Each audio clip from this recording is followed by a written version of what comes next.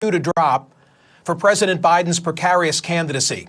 The delegates, directly or through their silence, we've already heard from every other foundation of the Democratic Party. The leadership, Senate Majority Leader Chuck Schumer, House Minority Leader Hakeem Jeffries, former House Speaker Nancy Pelosi, the intelligentsia, the New York Times editorial page, the Washington Post editorial page, David Ignatius, Ezra Klein, Nate Silver. The members, 4 Democratic senators now, and more than 30 Democratic House members have called for him to step aside. It's hard to keep up with all the announcements. Yesterday, Congressman Seth Moulton of Massachusetts published a heartfelt essay in the Boston Globe. Moulton said that he treasured the president as a mentor and friend, someone who as vice president would invite him to breakfast at the official residence and teach him about Congress. But on the 80th anniversary of D-Day, he saw the president in a small group at Normandy and, quote, "For the first time, he didn't recognize me."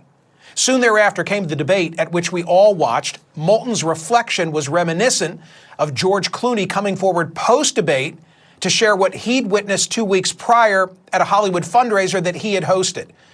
Clooney shared that essay pre-publication with President Obama, who apparently didn't talk him out of its publication. Politico reported yesterday that the party has, quote, "run out of patience and believes a decisive moment is now at hand." The president faces a mountain of polling data which shows him trailing Donald Trump in all the battleground states and frozen campaign funds. An AP poll released this week shows that two-thirds of Democrats want him replaced, a finding that totally belies the president's assertion that this is only the sentiment of party elites. Against this backdrop, NBC reporting that Biden family members have discussed what an exit might look like. That's an extraordinary development given the repeated denials from the president, from his campaign, and the White House of any prospect of him standing down.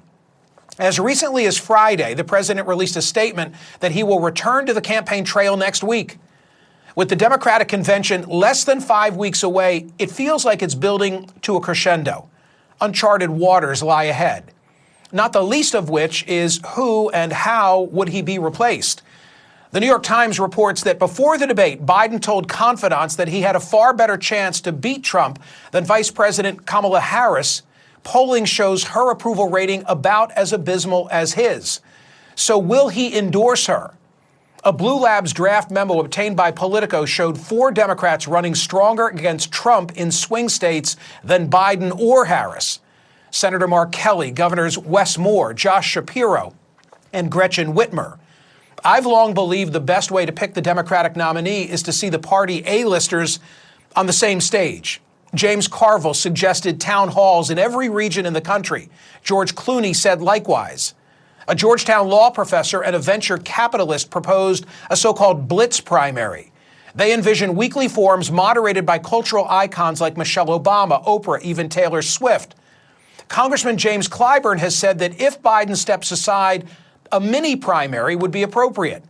And Politico now reports that in a meeting with fellow California Democrats just last week, former Speaker Nancy Pelosi stressed the need for an open process to choose the party's next nominee if President Biden steps aside in an effort to avoid the appearance of a Kamala Harris coronation. Still, there are several reasons why Biden might not go with the competition idea and instead endorse Harris. First, he might appreciate her on the merits and believe that after 3.5 years as his vice president, she's best suited for the job. Second, it's Harris who could most easily control the $91 million the campaign has on hand, which, when including allied Democratic organizations, grows to $240 million. Third, Biden might still be smarting over the way he was treated as vice president by President Obama and not want to repeat the slight. He was discouraged by Obama from running in 2016, and in 2020, Obama didn't endorse Biden until Biden was the last man standing.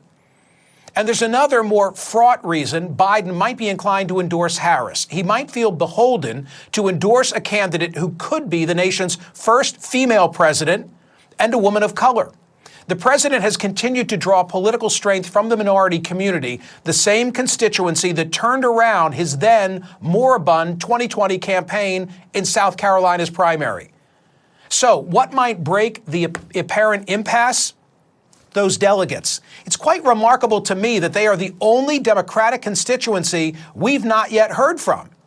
But they could have some leverage. They could conceivably determine the outcome. Convention Rule 13J says this: delegates elected to the National Convention pledged to a presidential candidate shall in all good conscience reflect the sentiments of those who elected them. No wonder then that the Biden campaign has been working the phones and trying to prevent what could be the final rebellion. The nation has wondered who would win the tug of war between the president and the Democratic leaders. The two sides are engaged in mutual assured destruction. This is a moment of ugliness unparalleled in modern American political history, and ultimately, it seems, it can only end in the president's eventual capitulation because in a democratic system, governance depends on the consent of the governed. That consent is gone now among Democrats. When President Biden eventually accepts that reality, a new nominee will be left to cobble together the remains for what both sides regard as the existential mission of defeating President Trump.